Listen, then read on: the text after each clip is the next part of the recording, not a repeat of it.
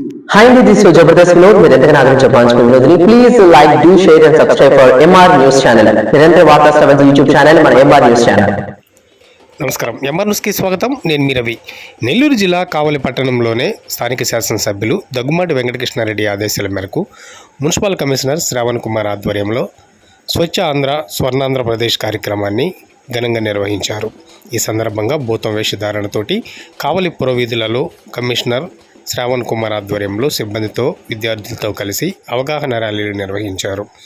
అనంతరం కమిషనర్ మాట్లాడుతూ ప్రతి ఒక్కరూ బాధ్యతగా తీసుకుని చెత్తను ఎక్కడ పడితే అక్కడ వేయకుండా చెత్త కుండీల్లోనే వేయాలని, కావలిని స్వచ్ఛ కావలిగా తీర్చిదిద్దుకోవడానికి మీరందరూ సహకరించాలని ఆయన కోరారు.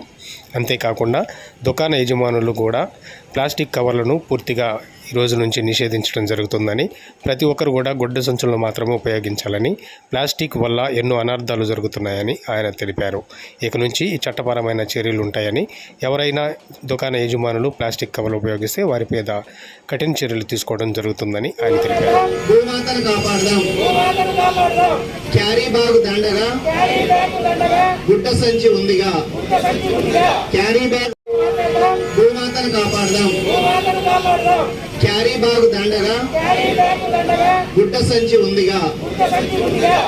బ్యాగ్. మన గౌరవ ఎమ్మెల్యే గారి ఆదేశాల మేరకు మన మున్సిపల్ స్కూల్స్ లో పిల్లలందరికీ కూడా పోటీలు నిర్వహించడం జరిగింది.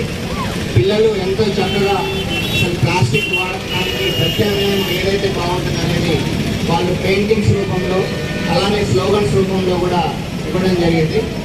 సో ఈ విధంగా మనము కావలి పురపాలక సంఘంలో ఇక్కడ నుంచి ఎలాంటి ప్లాస్టిక్ కవర్స్ 120 మైక్రాన్కి తగ్గించి ఎలాంటి ప్లాస్టిక్ కవర్స్ అమ్మకుండా కూడా కఠినమైన చర్యలు తీసుకుంటాం.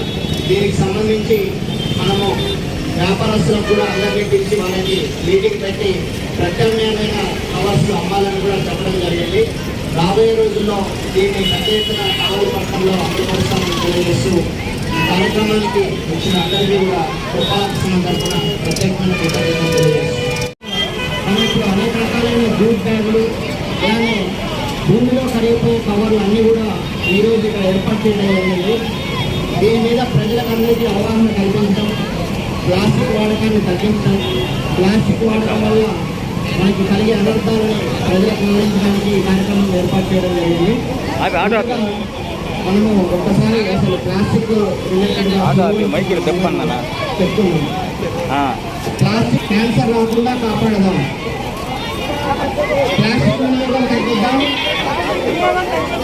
క్యాన్సర్ రాకుండా కాపాడదాం.